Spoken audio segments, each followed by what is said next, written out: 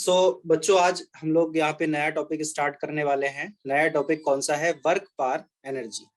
बहुत ही interesting topic है और बहुत ही इंपॉर्टेंट टॉपिक भी है साथ साथ। तो इस टॉपिक की शुरुआत करते हैं। सबसे पहले हम लोग यहाँ पे बात करेंगे वर्क के बारे में, फिर उसके बाद पढ़ेंगे हम लोग पावर के बारे में, और फिर आफ्टर दैट हम लोग पढ़ेंगे एनर्जी के बारे में, डिस्कशन यहाँ पे करेंगे। तो सबसे पहले वर्क का मतलब हम लोग समझ लेते हैं। देखो, ये बेसिक इंट्रोडक्शन है जो आप लोगों के पढ़ने के लिए है कि एक चैप्टर का फील आ जाए आपको कि मतलब डेली लाइफ में वर्क कहाँ कहाँ देखने को मिलता है। तो the term work as understood in everyday life, ठीक है, तो वो आप लोग अपने हिसाब से उसको देख सकते हैं। मैं डायरेक्ट पॉइंट पे आता हूँ कि वर्क का मतलब होता क्या है। ठीक है, देखो, वर्क का मतलब होता है फोर्स इंटू डिस्प्लेसमेंट। वर्क का मतलब क्या होता है? Force into displacement. जैसे मान लेते हैं, मैं एक्सप्लेन करता हूं। एक हमारे पास यहाँ पे कोई भी एक ब्लॉक है, स्मॉल एम मास का, और इस ब्लॉक पर यहाँ पे मान लेते हैं कि कोई एफ फोर्स अप्लाई किया गया हॉरिजॉन्टल से थीटा एंगल। ठीक है, अब जब इस पे एफ फोर्स अप्लाई किया गया हॉरिजॉन्टल से थीटा एंगल पर, तो ऑब्वियस सी बात है कि इसमें कोई ना कोई डिस्प्लेसमेंट भी हुआ होगा। मान लेते हैं कि ये ब्लॉक जो है वो यहाँ पहुंच गया कहीं। ठीक है, यही ब्लॉक पहुंच गया, इसमें डिस्प्लेसमेंट मान लिया कि एस हो गया। ठीक है, अब इस एफ के दो कंपोनेंट हम लोग यहाँ पे कर सकते हैं। एक हो जाएगा हमारा एफ कॉस थीटा, और एक कंपोनेंट हमारा यहाँ पे हो जाएगा एफ साइन थीटा। ये दो कंपोनेंट हो जाएंगे हमारे फोर्स के। तो अब जब हमें यहाँ पे वर्क फाइंड करना है, तो वर्क के लिए हम लोग लिखते हैं फोर्स इंटू डिस्प्लेसमेंट। लेकिन कौन सा फोर्स कौन सा डिस्प्लेसमेंट, वो इंपॉर्टेंट है जानना। फोर्स वो वाला ले लो जो डिस्प्लेसमेंट की डायरेक्शन में है, या फिर डिस्प्लेसमेंट वो वाला ले लो जो फोर्स की डायरेक्शन में है। ठीक है, मतलब क्या है सर कहने का? आपके मेरे कहने का मतलब ये है कि यहाँ पे आपने देखा कि डिस्प्लेसमेंट इसका हॉरिजॉन्टल डायरेक्शन में हो रहा है, तो हॉरिजॉन्टल डायरेक्शन में जो फोर्स है वो कौन सा है? एफ कॉस थीटा, ना कि सिर्फ एफ या एफ साइन थीटा। ठीक है, तो यहाँ डिस्प्लेसमेंट की डायरेक्शन में फोर्स कौन सा है? एफ कॉस थीटा, और इनटू में क्या हो जाएगा? एस। क्लियर है? या फिर आप इसको ऐसे भी लिख सकते थे, W is equal to F into S cos theta. इस तरह से भी आप इसको लिख सकते थे। तो ये दोनों बातें एक ही हैं, ये दोनों एक ही बातें हैं।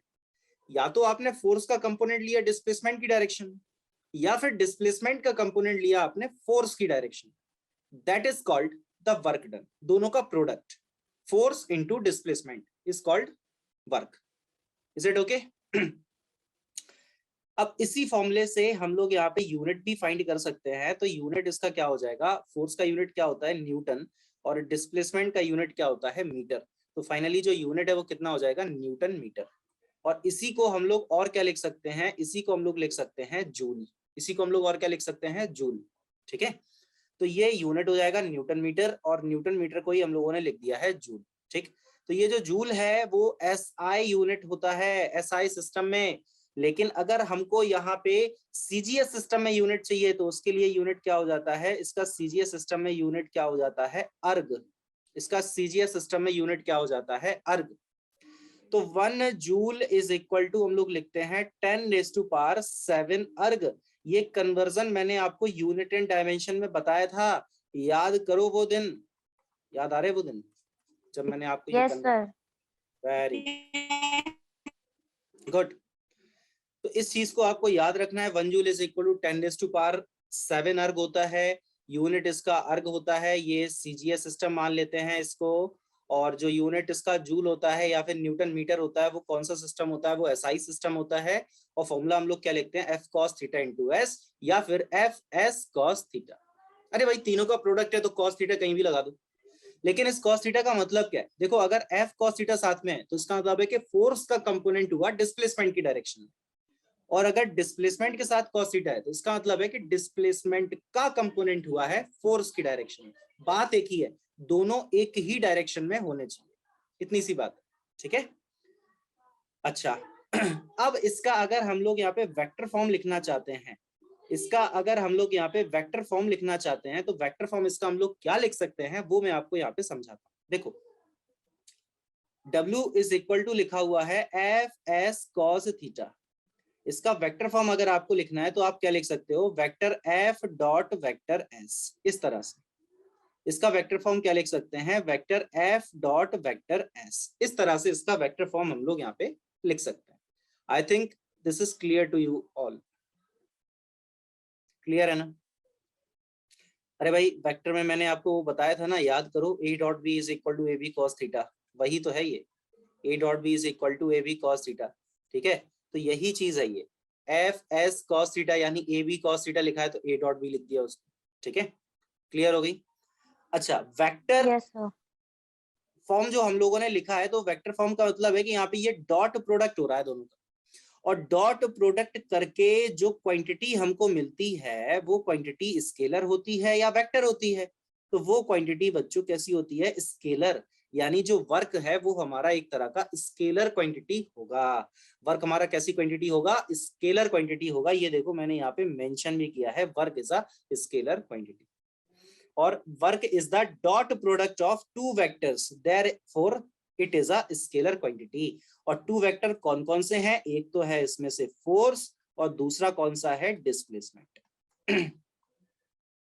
ठीक है, तो इन दोनों का डॉट प्रोडक्ट ही वर्क होता है, इसलिए वर्क जो होता है वो एक तरह का स्केलर है। क्लियर हो गया मेरे ख्याल से?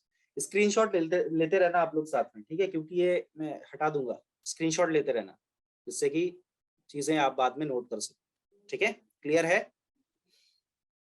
चलो ओके, बात करते हैं हम लोग आगे की। ये चीजें मैं आपको बता ही चुका हूं, component of force in the direction of displacement. ठीक है, या फिर आप उसको दूसरे तरीके से भी लिख सकते हैं, कोई दिक्कत नहीं है। अब यहाँ पे हम लोग बात करते हैं कुछ स्पेशल केसेस की। जैसे केस फर्स्ट है, केस फर्स्ट है कि अगर थीटा की वैल्यू 90 डिग्री हो जाए। थीटा की वैल्यू 90 डिग्री का मतलब क्या है? देखो, थीटा की वैल्यू 90 डिग्री का लॉजिक क्या है? जैसे हम लोग अगर मान लेते हैं कि ये हमारे पास कोई ब्लॉक है, इस ब्लॉक का डिस्प्लेसमेंट यहाँ हो रहा है, मान लेते हैं एस, इसका डिस्प्लेसमेंट हो रहा है स्मॉल एम मास का, और यहाँ पे इस पे फोर्स लग रहा है एफ, इस तरह से। ठीक है, तो इस केस में अगर हम लोग बात करेंगे, जो वर्क है वो कितना हो जाएगा? 0। यानी किसी भी ऑब्जेक्ट पे देखो, वर्क 3 केस में 0 हो सकता है। मेरी बात को सुनना, एक्चुअल में वर्क 3 चीजों पर डिपेंड करता है ना, वर्क 3 चीजों पर डिपेंड करता है। पहला क्या है? पहली कौन सी चीज है यार? फोर्स है, फोर्स पे डिपेंड करता है वर्क, ऑब्वियस सी बात। सेकंड क्या है? डिस्प्लेसमेंट है, डिस्प्लेसमेंट पर भी डिपेंड करता है वर्क। तीसरा क्या है? Angle, angle between force and displacement. In 3 factors पे यहाँ पे वर्क डिपेंड करता है। अब जब इन 3 फैक्टर्स पे वर्क डिपेंड कर रहा है, तो ऑब्वियस सी बात है कि इन्हीं 3 फैक्टर्स की हम लोग बात करेंगे अगर हमें वर्क को 0 करना है। तो अगर हमें वर्क को 0 करना है तो 3 केस बनेंगे, देखते जाना गौर से। 3 केस बन सकते हैं। पहला, अगर अप्लाइड फोर्स कितना हो जाए? 0। देखो वर्क का फॉर्मूला क्या है? एफ एस कॉस थीटा, ये है फॉर्मूला। तो अगर एफ 0 हो गया तो वर्क 0 हो गया यार, मल्टीप्लाई होगा ना। दूसरा है कि अगर डिस्प्लेसमेंट 0 हो, भाई डिस्प्लेसमेंट भी अगर 0 होगा तब भी ये पूरा प्रोडक्ट 0 ही रहेगा। तीसरा है कि अगर दोनों के बीच का एंगल 90 डिग्री हो जाए, यानी वर्क और डिस्प्लेसमेंट के बीच का एंगल 90, जैसा इस डायग्राम में शो हो रहा है, ये देखो एंगल कितने का है? 90 डिग्री का। यानी डिस्प्लेसमेंट हो रहा ऐसे और फोर्स लग रहा ऊपर, तो वर्क कितना होगा? 0। इससे ये पता चला कि किसी भी ऑब्जेक्ट में अगर परपेंडिकुलर फोर्स लग रहा है डिस्प्लेसमेंट के साथ, तो उस फोर्स की वजह से कोई भी वर्क नहीं होगा। Is it okay? Any doubt? Please ask. No sir. No sir. In 3 cases में वर्क यहाँ पे 0 होगा, याद रखना है आप। ठीक है, तो वही है कि केस फर्स्ट है हमारे पास, थीटा अगर 90 डिग्री हो जाए तो वर्क कितना हो जाएगा? यहाँ पे 0 हो जाएगा। क्या लिखा है कि work done by a force 0 if the body is displaced in the direction perpendicular to the direction of force. Clear है? चलो बहुत अच्छे, स्क्रीनशॉट लेते रहना, बार बार याद दिला रहा हूँ। ठीक है, क्योंकि इतने जल्दी में आप नोट तो कर नहीं पाएंगे, स्क्रीनशॉट लेते रहना, आप बाद में नोट कर लेना। क्लियर है? चलेंगे आगे। अब थीटा इक्वल टू 90 डिग्री के कुछ एग्जांपल्स भी हैं। जैसे फर्स्ट एग्जांपल है कि ये कोई ब्लॉक रखा है स्मॉल एम मास का, अब नीचे की तरफ mg लग रहा है, ऊपर की तरफ नॉर्मल लग रहा है, और डिस्प्लेसमेंट इसका इधर हो रहा है। अगर कोई पूछ दे कि नॉर्मल फोर्स की वजह से वर्क बताओ, तो कितना होगा? 0। क्यों? क्योंकि डिस्प्लेसमेंट इधर है, नॉर्मल इधर है, एंगल कितने का हो गया? 90 का, तो 90 एंगल हो गया, तो वर्क कितना हो जाएगा? 0। अगर कोई पूछ दे ग्रेविटेशनल फोर्स की वजह से वर्क बताओ, तब भी 0। क्यों? क्योंकि ग्रेविटेशन फोर्स लग रहा है नीचे की तरफ और इसका डिस्प्लेसमेंट हो रहा है इधर की तरफ, तो यहाँ पे भी वर्क कितना होगा? 0। क्यों? 90 है एंगल। ठीक है, सेकंड केस है कि अगर कोई पार्टिकल सर्कुलर पाथ पे चल रहा है, तो सर्कुलर पाथ पे जब कोई पार्टिकल चल रहा है तो उसके सेंटर की तरफ एक फोर्स लगता है जिसको सेंट्रीपिटल फोर्स कहते हैं। ये मैं आगे पढ़ाऊंगा आपको सर्कुलर मोशन। तो डिस्प्लेसमेंट मतलब ऑब्जेक्ट जा रहा है इधर की तरफ, फोर्स लग रहा है अंदर की तरफ, तो यहाँ भी एंगल ये 90 का है, तब इस केस में भी कितना हो जाएगा वर्क 0। इस तरह से वर्क यहाँ पे 0 होते हैं। ठीक है, टेंशन वाला जो डायग्राम है ये थर्ड वाला, ये इसमें भी वर्क 0 ही रहेगा, मतलब सिंपल सी है, ऐसा कोई खास स्पेशल चीज नहीं। केस 2, व्हेन डिस्प्लेसमेंट इज 0, तो वर्क कितना है 0। ये मैं आपको ऑलरेडी बता चुका हूँ कि डिस्प्लेसमेंट ही नहीं हो रहा। आपने फोर्स, भाई दीवार पे आप फोर्स लगा रहे हो, दीवार खिसका ली क्या है, बढ़िया यार, दीवार पे फोर्स लगाया, दीवार खिसका सकते हैं अगर, तो पड़ोसी घर को ले लिया अपने घर में जो है, ऐसा तो होता नहीं है। तो डिस्प्लेसमेंट अगर 0 है तब भी तो उस केस में वर्क 0 ही होगा। आपने दीवार पे फोर्स लगाया, दीवार थोड़ी खिसका दिया आपने, है कमरा मेरा छोटा है, बड़ा करना है, रात में फोर्स लगाया दीवार पे, कमरा बड़ा हो गया, बगल वाला कमरा छोटा हो गया, तो वर्क 0 होगा। ठीक है, the work done by a force is 0 if the body suffers no displacement on the application of a force। ठीक है, एग्जाम्पल ये दिए गए हैं, इन जनरल आप पढ़ सकते हो, सिंपल सिंपल सी बात है, तो ऐसा कुछ है नहीं, जो समझाने योग्य चीजें हैं वो मैं आपको बता रहा हूँ। ठीक है, चलो इसके भी कुछ एग्जाम्पल हैं। ठीक है, कि when a horse pools a cart वगैरह वगैरह। ठीक है, ये इतना कुछ काम का है नहीं, इसमें मैंने बहुत ही ज्यादा थेरिटिकल पोर्शन ऐड कर दिया, इतना हालांकि करना नहीं चाहिए था। कल से मैं थोड़ा सा थेरिटिकल पोर्शन इसका रिमूव कर दूंगा, बहुत ही ज्यादा थेरिटिकल पोर्शन हो गया। ठीक है, चलो इस क्वेश्चन की हम लोग यहाँ पे बात कर लेते हैं। इस क्वेश्चन को आप लोग ट्राई करो प्लीज। ठीक है, आपको मिलते हैं पूरे 10 सेकेंड, ट्राई करो। So the question is, figure shows 4 situations in which a force act on a box while the box slide rightward a distance d across a frictionless floor। यानी ये चारों के चारों ब्लॉक जो है वो राइट साइड में मोशन कर रहे हैं। Okay, the magnitudes of the forces are identical, their orientation are as shown। Rank the situation according to the work done on the box during the displacement from most positive to most negative। यानी आपको यहाँ पे most positive से most negative की तरफ जाना है, यानी सबसे ज्यादा वर्क किसमें होगा। पॉजिटिव का मतलब वही है ना, मोस्ट पॉजिटिव मतलब मैक्सिमम वर्क किसमें है, तो डी में है यार। देखो डिस्प्लेसमेंट राइट साइड में हो रहा है और ये ब्लॉक पे जो फोर्स लग रहा है वो भी राइट साइड में ही लग रहा है, तो इन दोनों के बीच का एंगल कितना हो जाएगा, 0 डिग्री। तो फिर इस केस में जो वर्क होगा वो कैसा होगा, मैक्सिमम। कैसा होगा, मैक्सिमम। इसके बाद सी वाले ब्लॉक में होगा, क्योंकि यहाँ पे जो थीटा की वैल्यू है वो 90 से कम है और 90 से कम है और 0 से ज्यादा है। तो यहाँ पे भी वर्क जो है वो पॉजिटिव ही है, लेकिन इससे कम होगा। ठीक है, एक्चुअल में देखो होता क्या है, मैं आपको समझाता हूँ। देखो होता ये है कि जैसे मान लो कि ये ब्लॉक है, अब यहाँ अगर फोर्स अप्लाई हुआ, एक कंपोनेंट इधर हो गया और एक कंपोनेंट इधर हो गया। मान लो ये कंपोनेंट हो गया एफ कॉस थीटा, अगर ये एंगल थीटा है तो, और ये कंपोनेंट हो गया मान लेते हैं एफ साइन थीटा। ठीक है, अब यार वर्क निकालने में तो सिर्फ ये वाला फोर्स काम आ रहा है, ये फोर्स तो बेकार ही हो गया हमारे लिए, है ना। और अगर इस वाले डायग्राम की बात करो, ये डी1, तो ये पूरा का पूरा फोर्स काम आ गया, तो वर्क ऑब्वियस सी बात है उसी में मैक्सिमम होगा, क्योंकि पूरा फोर्स काम आ गया। यहाँ फोर्स का एक पार्ट तो काम ही नहीं आ रहा हमारे, तो बेकार हो गया हमारे लिए। इसलिए फोर्स की वैल्यू कुछ कम होगी सी वाले में, डी के रिस्पेक्ट में, लेकिन होगा पॉजिटिव। क्यों, एंगल पे डिपेंड करता है। ठीक है, बी वाले में तो 0 ही है, क्योंकि ऊपर की तरफ फोर्स है या डिस्प्लेसमेंट इधर हो रहा है ऐसे करके, तो थीटा वगैरह जो भी है 90 डिग्री का। और यहाँ पे ये नेगेटिव हो जाएगा, क्योंकि ये एंगल जो है वो कितना हो रहा है यहाँ पे, थीटा की वैल्यू जो है वो कितनी है बताओ, 90 से ज्यादा है ना। 90 से ज्यादा है। हाँ, बट 180 से कम है, तो 90 ज्यादा और 180 से कम पे कॉज नेगेटिव होता है, that's why the work done will be negative. Okay, चलो यस सर, हम लोग यहाँ पे बात कर लेते हैं work done bye multiple forces के बारे में। कई सारे फोर्सेस की वजह से अगर वर्क हमें फाइंड करने को आ जाए तो क्या सिचुएशन रहेगी। होता क्या है कि कोई भी एक ऑब्जेक्ट है अगर हमारे पास, अब इसमें मान लो कई सारे फोर्स अप्लाई हो रहे हैं, F1 यहाँ लग गया, मान लो F2 इधर लग गया, यहाँ कहीं मान लेते हैं F3 फोर्स लग गया, यहाँ मान लो F4 फोर्स लग गया, इस तरह से मान के चलो, मतलब कई सारे फोर्सेस किसी ऑब्जेक्ट पे काम कर रहे हैं। तो अब ऑब्जेक्ट तो एक ही है ना यार, मतलब है, तो पूरी की पूरी ऑब्जेक्ट ही तो शिफ्ट होगी, अगर एक जगह से दूसरी जगह जाएगी तो पूरी ऑब्जेक्ट ही तो शिफ्ट हो रही। तो अब इन सारे फोर्सेस की वजह से जो वर्क होगा वो कैसे लिख सकते हैं भाई, आपको पता है कि डिस्प्लेसमेंट एस है, अब यहाँ एंगल तो पता नहीं ना हमें सबका, एंगल पता है क्या कि फोर्स F1 और S के बीच का एंगल चलो 0 है, अब F2 और S के बीच का एंगल कितना है, F3S के बीच का एंगल कितना है, F4 और S के बीच का एंगल कितना है, नहीं पता, तो हम वेक्टर फॉर्म का यूज यस करेंगे। तो हम वेक्टर फॉर्म का यूज इसीलिए तो करेंगे, यही दिन देखने के लिए तो मैंने आपको पढ़ाया था वेक्टर फॉर्म। एंगल जब क्लियर नहीं है तो यार वेक्टर फॉर्म लगा दो। तो अब यहाँ पे आप देखो इस लाइन को, W इक्वल टू क्या लिखा है, F1.S, F2.S, F3.S, इस तरह से। तो ये F.S क्या है, ये W1 ही तो है, F2.S क्या है, W2 है, F3.S क्या है, ये W3 है। तो इस तरह से हम लोग वर्क यहाँ पे फाइंड करते हैं। ओके, तो ये चीज आपको मेरे ख्याल से क्लियर हो गई है कि मल्टीपल फोर्सेस की वजह से हम वर्क कैसे निकालते हैं। ठीक है, चलो चलते हैं आगे की तरफ। अब यहाँ पे कुछ बातें हैं, ये बड़ी इंपॉर्टेंट पॉइंट्स अबाउट वर्क, बहुत ही इंपॉर्टेंट पॉइंट है जो आपको ध्यान में रखने हैं, क्वेश्चंस में यूज होगा इनका। एक एक पॉइंट इंपॉर्टेंट है, गौर से सुनना।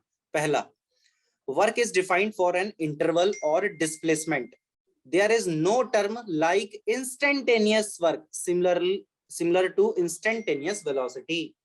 जैसे इंस्टेंटेनियस वेलोसिटी आप लोगों ने पढ़ा, इंस्टेंटेनियस स्पीड आपने पढ़ा, इंस्टेंटेनियस एक्सेलरेशन वगैरह पढ़ा, इस तरह से वर्क के लिए हम इंस्टेंटेनियस शब्द का यूज नहीं करते हैं, बिकॉज इंस्टेंटेनियस का मतलब होता है पर्टिकुलर टाइम।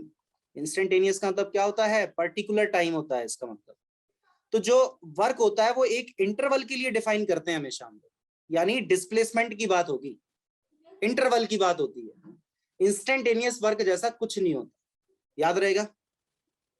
ठीक है, सेकेंड पॉइंट है, for a particular displacement work done by a force is independent of type of motion. यार कोई भी पार्टिकल पॉइंट ए से पॉइंट बी पर पहुंचा, ऐसे गया, ऐसे गया, ऐसे ऐसे ऐसे कैसे भी गया, कोई फर्क नहीं पड़ता, ए से बी पहुंचा, इस बात से मतलब है। क्योंकि हम डिस्प्लेसमेंट ले रहे हैं बच्चों, हम डिस्टेंस नहीं लेते हैं, हम क्या ले रहे हैं, डिस्प्लेसमेंट। और डिस्प्लेसमेंट का मतलब होता है शॉर्टेस्ट डिस्टेंस। तो हमें यार उसके पाथ से कोई लेना देना थोड़ी है, कैसे जा रहा है ना, जाने दो कैसे भी, क्या ही फर्क पड़ेगा। तो for a particular displacement work done by a force is independent of type of motion. किस टाइप का मोशन हुआ उससे फर्क नहीं पड़ता, whether it moves with constant velocity, constant acceleration और रिटार्डेशन, कोई फर्क नहीं पड़ता कि पार्टिकल ए से बी किस टाइप का मोशन करते हुए गया है, और ना ही पाथ पे डिपेंड करता है। आगे सुनो, for a particular displacement work done is independent of time. A से बी पहुंचना है, टाइम को मतलब टाइम से कोई लेना देना नहीं है, ए से बी कितने टाइम में पहुंचा। जैसे मान के चलो दो इंसान है, ठीक है, और हमारा ऊपर घर बन रहा है, दो लेबर हमारे यहाँ लगे हुए हैं, उनको ईंट नीचे से उठा के ऊपर पहुंचा, ठीक है। अब एक लेबर, एक इंसान जल्दी पहुंचा रहा है, मान लो 1 घंटे में उसने 100 ईंट पहुंचा दी, दूसरा 1 घंटे में 60 ईंट पहुंचाया। तो टाइम का कोई लॉजिक है क्या, मतलब पहुंचाना तो 100 ईंट है ना। अब वो 1 घंटे में पहुंचाए, 2 घंटे में पहुंचाए, पहुंचाना उसको 100 ईंट है दोनों को। मैंने कॉन्ट्रैक्ट दिया था कि आपको 100 ईंट पहुंचाना है ऊपर। अब वो 1 घंटा ले, 2 घंटा ले, 2 दिन ले, क्या ही फर्क पड़ेगा, हमें तो 100 ईंट से मतलब है ना कि ऊपर पहुंच जाना चाहिए, बात खत्म हो गई। तो वर्क डन टाइम पे डिपेंड नहीं करता, ठीक है। Work will be the same for same displacement whether the time taken is smaller और लार्ज। दोनों ने वर्क तो सेम ही किया है, भले ही एक को टाइम कम लगा, एक को टाइम ज्यादा लगा, क्यों, टाइम पे डिपेंड ही नहीं करता। डिपेंड किस पे करता है, डिस्प्लेसमेंट पे, ठीक है। Fourth point, when several forces act work done by a force for a particular displacement is independent of other forces. मतलब क्या है, जैसे अभी मैंने आपको इस डायग्राम में ये बताया था कि इस ऑब्जेक्ट पे कई सारे फोर्सेस काम कर रहे हैं, F1, F2, F3, F4, F5 और भी कई लग रहे होंगे। तो इस पर्टिकुलर डिस्प्लेसमेंट के लिए F1 ने जो वर्क किया होगा वो डिपेंड नहीं करेगा F2, F3, F4, F5 पे। F2 ने जो वर्क किया होगा वो F3, F1, F4, F5 पे डिपेंड नहीं करेगा। यानी एक फोर्स की वजह से किया गया वर्क अदर फोर्सेस पे डिपेंड नहीं करता। लेकिन ये मैं बात कर रहा हूं एक पर्टिकुलर डिस्प्लेसमेंट के लिए, अलग अलग डिस्प्लेसमेंट पे अलग अलग चीजें हो सकती हैं। इस डिस्प्लेसमेंट में अगर आपसे कोई पूछ दे कि F1 ने कितना वर्क किया है, तो F1 ने सिर्फ इतना वर्क किया है, ये आपका आंसर है। अब आपको मतलब नहीं है F2, F3, F4, F5 से, कोई लेना देना नहीं। आपसे F1 की वजह से वर्क पूछा था, तो F1.S, बात खत्म। Is it okay? Point number 5 है, a force is independent from reference frame. Obvious सी बात है कि फोर्स जो है वो रेफरेंस फ्रेम पे डिपेंड थोड़ी करता है। रेफरेंस फ्रेम का मतलब मैंने आपको बताया था, मोशन इन स्ट्रेट लाइन। और reference frame is nothing but a observer, जो ऑब्जर्व कर रहा हो सामने वाले, तो फोर्स पे डिपेंड थोड़ी कर रहा है। It's a displacement depend on frame, so work done by a force is frame dependent, therefore work done by a force can be different in different reference frame। भाई सीधी सी बात है कि अगर एक इंसान कार में बैठ के आगे जा रहा है, तो ड्राइवर के रिस्पेक्ट में उस इंसान ने कोई भी वर्क नहीं किया, क्योंकि उसका डिस्प्लेसमेंट जीरो है ड्राइवर के रिस्पेक्ट में। लेकिन ग्राउंड पे खड़ा होकर उस इंसान को कोई देख रहा होगा, तो कार के साथ साथ में वो इंसान भी तो आगे जा रहा है, तो उसने वर्क किया है। देखो मतलब रेफरेंस फ्रेम अलग अलग है तो वर्क भी अलग होगा, बिकॉज डिस्प्लेसमेंट डिपेंड करता है ना रेफरेंस फ्रेम पे। फोर्स तो डिपेंड नहीं करता रेफरेंस फ्रेम पे, लेकिन डिस्प्लेसमेंट करता है डिपेंड। ये मैं आपको बता चुका हूं, ठीक है। नेक्स्ट है, effect of work is change in kinetic energy of the particle और सिस्टम। सही बात है कि अगर किसी ऑब्जेक्ट में वर्क किया जा रहा है, तो इसका इफेक्ट हमें उसकी काइनेटिक एनर्जी में देखने को मिलता है। भाई कोई भी ब्लॉक है, ये ब्लॉक है रेस्ट में है, ये ब्लॉक रेस्ट में है, तो इसकी काइनेटिक एनर्जी कितनी है? जीरो।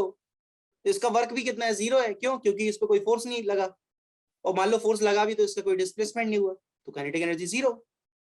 समझ पा रहे हो मेरी बात? तो अगर हम किसी ऑब्जेक्ट पे वर्क कर रहे हैं, तो उसका इफेक्ट बच्चों हमें उसकी कहां देखने को मिलता है? काइनेटिक एनर्जी में देखने को मिलेगा। Is it okay? Yes, next, sir. Work is done by the source और agent that applies the force. Work is done by the source और agent that applies the force. ये पॉइंट क्या है? ये पॉइंट यार कुछ अधूरा है क्या? मुझे ऐसा लग रहा है। Work is done by the source that applies the force, ये पॉइंट इसको छोड़ दो, इसमें कुछ अधूरापन है, इसका जीवन अधूरा है, ठीक है। इसमें कुछ छूट गया है, मैं कुछ लिख रहा हूँ, पता नहीं क्या छूट गया यहाँ पे। ये पॉइंट इनकम्प्लीट है, कुछ है नहीं। खैर, ये 6 के 6 पॉइंट आपको क्लियर हो जाने चाहिए। आपको समझ आ गए हैं 6 के 6 पॉइंट, तो बहुत अच्छी बात है, आगे चलेंगे। ठीक है, यूनिट वगैरह मैं आपको बता ही चुका था, क्या सब यूनिट होता है, ये अर्ग वगैरह, डाइन कैसे लिखते हैं, ये सारी चीजें मैं आपको बता चुका था। अर्ग is also called dyne centimetre, ये आपको पता ही है। और ये कन्वर्जन भी मैंने आपको बताया था। ये देखो 1 जूल इक्वल टू 10⁻⁷ अर्ग, ये सब मैं आपको बता चुका हूँ। इस स्लाइड में ऐसा कोई स्पेशल चीज है नहीं, ये मैं आपको ऑलरेडी बता चुका हूँ यूनिट, ठीक है। चलो डायमेंशन की बात कर लेते हैं यार। वर्क का जो फॉर्मूला होता है वो हम लोग क्या लिख देते हैं? F(s cos theta). अब जो cos थीटा है वो तो डायमेंशन लेस है, ये मैंने आपको यूनिट एंड डायमेंशन में बताया था। फोर्स का डायमेंशन क्या हो जाता है? ml(t-2), और डिस्प्लेसमेंट का हो जाता है L1। तो फाइनली जो डायमेंशन आएगा वो कितना आ जाएगा? ml2t-2। Is it okay? Yes, sir. Very good. तो ये इसका डायमेंशन आ जाएगा, सिंपल सा है। चलो एक क्वेश्चन कर लेते हैं। There is an elastic ball and rigid ball. देखो ये बॉल है, बॉल गोल गोल, और ये वॉल है, दीवार। Ball is throne towards the wall. ये थोड़ा कंफ्यूजिंग है। बॉल को दीवार पे फेंका गया। The work done by the normal reaction exerted by the ball on the ball is, बताओ क्या होगा? नॉर्मल रिएक्शन की वजह से वर्क पूछा है। जैसे मान लो कि ये दीवार है, ये दीवार है, क्या है? ये दीवार। अब एक बॉल को आपने ऐसे फेंका, अब इस बॉल पे जो रिएक्शन लगा होगा नॉर्मल, वो ऐसे ही तो लगा होगा सामने की तरफ, मतलब ऐसे, इस तरह से, क्योंकि हमसे बोला गया normal reaction exerted by wall. दीवार ने नॉर्मल कितना लगाया, ठीक है। इसकी वजह से आपको यहाँ पे वर्क बताना है। तो बताइए जल्दी से, वर्क कितना है? क्वेश्चन में हमसे बोला गया था स्पेशली कि नॉर्मल रिएक्शन जो दीवार ने लगाया बॉल पर, उसकी वजह से फोर्स वर्क बताना है। देखो सबसे पहले बॉल ने दीवार पे इस पॉइंट पे फोर्स अप्लाई किया होगा, यार ये पॉइंट कहीं डिस्प्लेसमेंट हुआ क्या? इस पॉइंट का कोई डिस्प्लेसमेंट हुआ क्या? आप मुझे ये बताओ, क्या इस पॉइंट, नहीं। भाई देखो हमें फोर्स और डिस्प्लेसमेंट किसका, ऑब्जेक्ट का लेते हैं ना, ऑब्जेक्ट का लेते हैं। यस तो सर। यार यहाँ पे फोर्स तो दीवार पे लग रहा है, आपने गेंद को दीवार पे फेंक के मारा, तो जिस पॉइंट पे गली वो लगी दीवार पे बॉल, क्या वो पॉइंट डिस्प्लेसमेंट उसका हुआ क्या? पॉइंट का डिस्प्लेसमेंट हुआ क्या? नहीं, नहीं। यहाँ पे डिस्प्लेसमेंट तो है ही नहीं ना, जिस पॉइंट पे फोर्स लगा उसका कोई यस डिस्प्लेसमेंट है सर। ही नहीं, तो इसकी वजह से यहाँ पे वर्क कितना होगा? जीरो। लो खत्म बात। 0। D option. एंगल 90 का कोई लॉजिक नहीं है, 90 तो कहीं है नहीं, ठीक है। एक्चुअल में क्या है कि जिस पॉइंट पे फोर्स अप्लाई हो रहा है उसके पास डिस्प्लेसमेंट भी होना चाहिए उस पॉइंट के पास, यही तो मैंने बताया था, ठीक है। Yes sir. चलो बताओ, यहाँ पे बताओ, work done by the normal reaction when a person climbs up the stairs. अब ऊपर की तरफ चढ़ रहा है, इसके लिए वर्क कितना होगा बताओ आप मुझे जल्दी से, इसके लिए वर्क कितना होगा अगर वो ऊपर की तरफ चढ़ पॉजिटिव। रहा है? कितना होगा? अरे इसके लिए भी जीरो होगा। स्टेयर्स को, स्टेयर्स चढ़ोगे कैसे चढ़ते हो स्टेयर्स को? ये होती है। Yes sir. हाँ, अब आपने इस वाली स्टेयर पे पैर रखा, फोर्स तो इस पे लगा, लेकिन उस पैर का कोई डिस्प्लेसमेंट हुआ क्या? डिस्प्लेसमेंट 0। हाँ, नहीं। तो फर्स्ट इसलिए जीरो। जिस जिस स्टेयर पे, जिस स्टेप पे मतलब आपने पैर रखा, उस पे फोर्स लगा, लेकिन उसका कोई डिस्प्लेसमेंट नहीं हुआ, यस सर। ठीक है। और डिस्प्लेसमेंट उसका हुआ जिसपे कोई फोर्स नहीं लग रहा था, दूसरे पैर पे, क्योंकि वो पैर हवा से उठ के ऊपर जा रहा है, इसकी वजह से यहाँ पे भी कितना होगा? जीरो। चलो बताओ ये वाला, work done bye static friction force when a person starts running is, कितना होगा?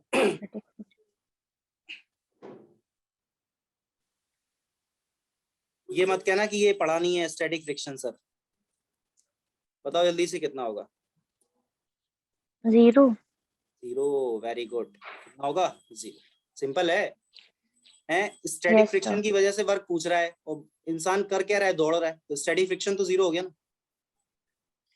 अब तो कौन सा फ्रिक्शन करेगा? काइनेटिक, कल ही बताया था मैंने, काइनेटिक कल ही। फ्रिक्शन। यस, तो स्टैटिक तो खत्म हो गई, स्टैटिक की बात तो अब है ही नहीं, स्टैटिक तो खत्म। एट रेस्ट पे होता है। यस, चलो इस यहाँ पे हम लोग बात कर लेते हैं कुछ और चीजों के बारे में, ठीक है।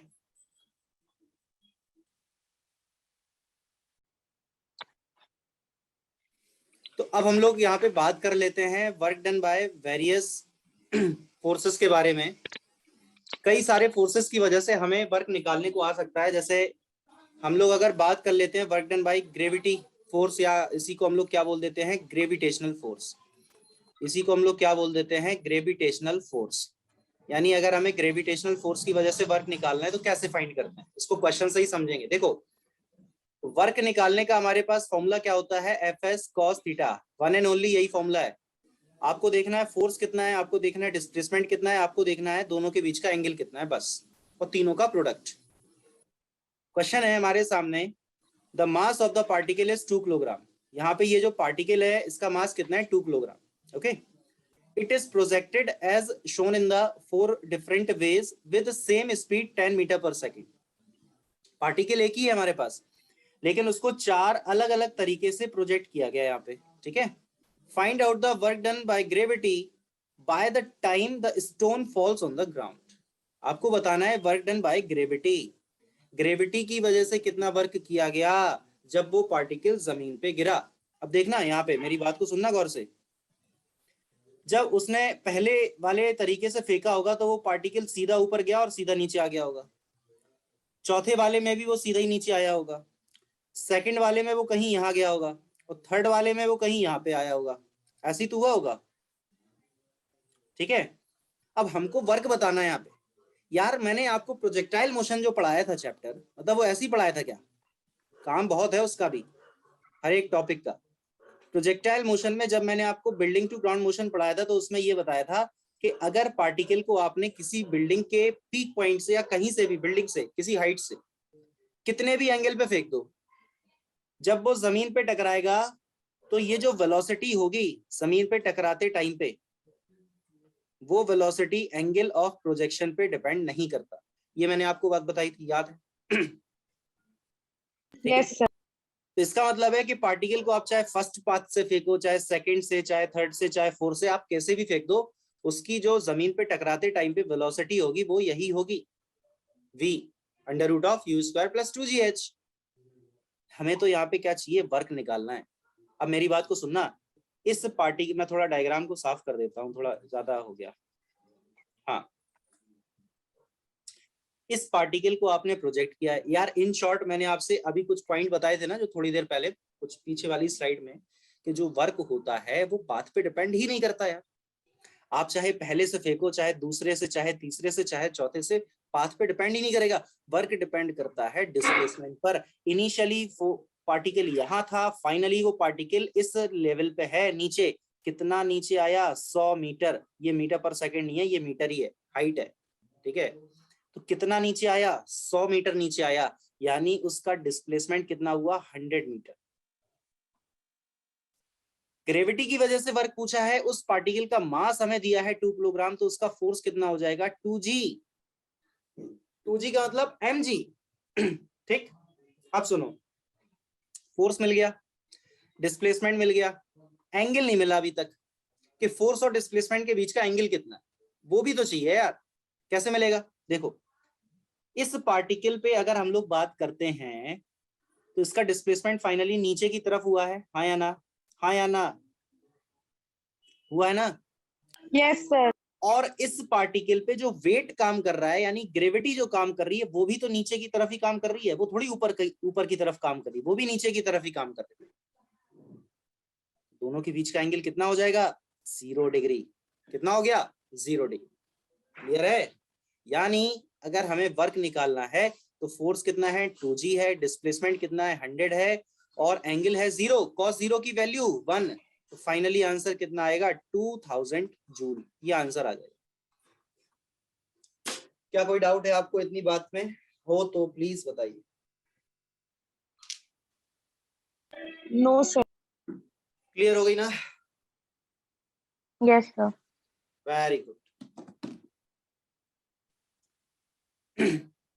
नेक्स्ट देख लेते हैं, work done by normal force. Next हमारे सामने work done by normal force. हमें नॉर्मल फोर्स की वजह से वर्क निकालना है यार।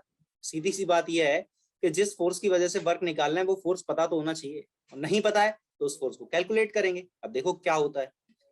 एग्जाम्पल क्या है कि find the work done by force F on A during 100 metre displacement. जो डायग्राम है, ये डायग्राम आपको समझ आ रहा है कि नहीं आ रहा है, ये मैं दोबारा से यहाँ पे बना देता हूँ। ये हमारे पास यहाँ पे 2 ब्लॉक है। इस ब्लॉक का मास कितना है, 20 किलोग्राम है, और इस ब्लॉक का मास कितना है यहाँ पे बच्चों, 10 किलोग्राम है। ठीक है ना? ये लिखा है ना, ये 20 किलोग्राम और ये छोटा वाला है 10 किलोग्राम का, थोड़ा इसको मैनेज कर लेना।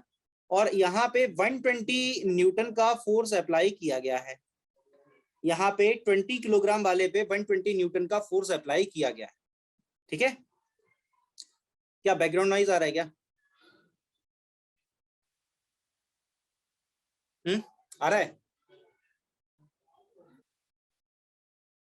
क्यों बच्चों?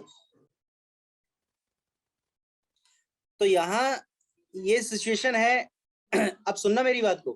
पहले वाले पार्ट में उसने क्या पूछा कि find the work done by force capital F on A। ये A ब्लॉक है और ये B ब्लॉक है। ये A है और ये B है। ये देखो लिखा है ना A और B। तो F कौन सा है, ये 120। ठीक है, तो कर देंगे, आसान है। क्या करेंगे, क्या होता है, फोर्स, डिस्प्लेसमेंट कितना है 100 मीटर, और एंगल कितना है 0। क्यों, डिस्प्लेसमेंट इधर हुआ, फोर्स भी उधर ही लगा, तो ये एंगल कितना हो गया 0, और cos 0 होता है 1। तो फाइनली आंसर आपका कितना आ जाएगा, 12,000 आई थिंक। हाँ, 12,000 जूल, ये आंसर आएगा। Okay, now find work done by force F on B। अब आप मुझे बताना थोड़ा ध्यान से, बी पर पूछ रहा है, बी पर कि इस F ने कितना वर्क किया है। तो मेरे ख्याल से आंसर कितना आना चाहिए आप लोगों का, 0। क्यों सर, 10,000। है कितना, कितना बोला था, मैं सुन नहीं पाया। 0 ही बोला था क्या, पता नहीं, मैं सुन नहीं पाया था। तो बी पर तो कोई एफ फोर्स लगा ही नहीं है। एफ फोर्स जो लगा था वो तो ए पर लगा था, बी पर थोड़ी लगा था। तो इसकी वजह से बी पर जो एफ की वजह से वर्क होगा वो कितना हो जाएगा यहाँ पे 0। ठीक है। नाउ थर्ड पार्ट है कि find work done by normal reaction. अब हमें नॉर्मल की वजह से वर्क बताना है, तो हमें नॉर्मल रिएक्शन पहले पता करना पड़ेगा कि कितना है। अब थोड़ा ध्यान देना, देखो मैं इस तरह के क्वेश्चंस आपको करा चुका हूं पहले भी। न्यूटन्स लॉज ऑफ मोशन में ये 20 किलोग्राम, ये 10 किलोग्राम, यहाँ पे 120 का फोर्स लग रहा है, तो इसका पूरे का एक्सेलरेशन इधर होगा। Total mass both block move together, याद करो मैं करा चुका हूं। एक्सेलरेशन कितना होगा, force Yes, sir. Upon total mass Yes, कितना है, sir. 30, यानी एक्सेलरेशन 30. 4 आएगा। अब हम क्या करेंगे, किसी भी एक ब्लॉक का एबीडी बना लेंगे। ए का बना लेते हैं, तो ए पर यहाँ से कितना लगा है 120, और यहाँ से कितना लगा है नॉर्मल। यहाँ से क्या लगा है नॉर्मल, ए और बी का कांटेक्ट है ना, तो नॉर्मल लगा होगा। Yes, और sir. ब्लॉक ए इधर की तरफ जा रहा है मोशन करता हुआ, एक्सेलरेशन है, तो अब 120 बढ़ाएंगे, नॉर्मल बढ़ा है, ऑब्वियस सी बात है कि 120 बढ़ा है। One. माइनस का एन, मास कितना है 20 इंटू ए, ये क्या हो गया, ये F equal to M A. मैं करा चुका हूँ न्यूटन्स लॉ ऑफ मोशन में इस तरह कुछ। Yes, sir. तो यहाँ से हमें नॉर्मल पता करना है, तो 120 माइनस का एन इक्वल टू 20, और एक्सेलरेशन कितना है हमारे पास 4 है।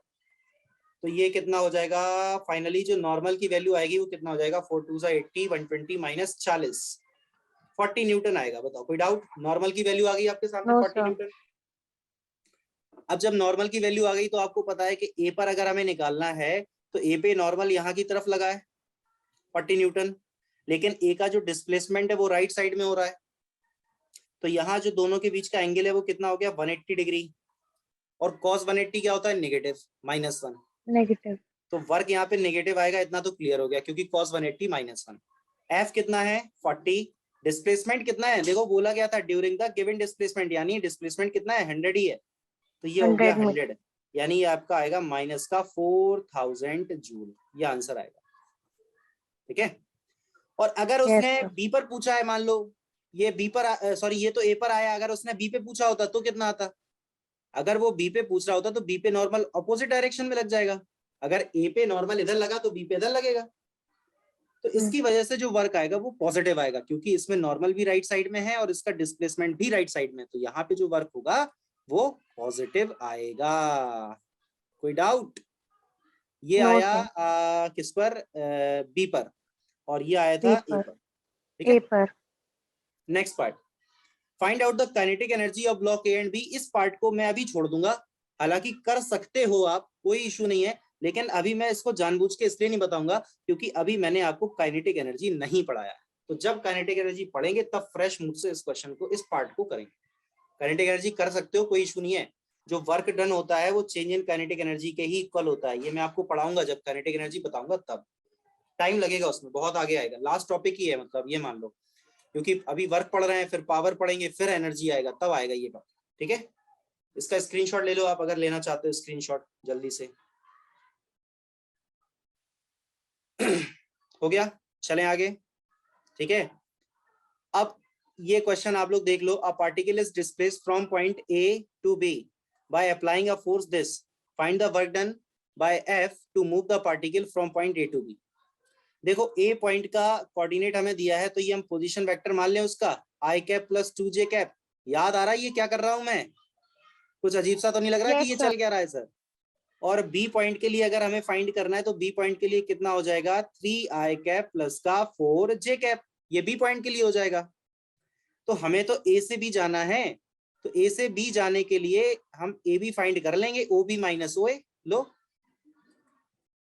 ठीक है। तो क्या हो जाएगा 3 आई कैप प्लस का 4 जे कैप और माइनस आई कैप प्लस 2 जे कैप, ये हो जाएगा। तो कितना आएगा ये 3 माइनस 1 2 आई कैप और 4 माइनस 2 2 जे कैप, ये आ जाएगा। वर्क आ गया। अब फोर्स भी तो हमें गिवन है, कितना है 2 आई कैप प्लस का 3 जे कैप। हमें तो वर्क निकालना है, हम वेक्टर फॉर्म लगा देंगे। वेक्टर एनालिसिस याद करो, काम आएगा। अब यहाँ पे वेक्टर एनालिसिस 2 आई कैप प्लस का 3 जे कैप, और डॉट किसके साथ हो रहा है इसका 2 आई कैप प्लस का 2 जे कैप के साथ।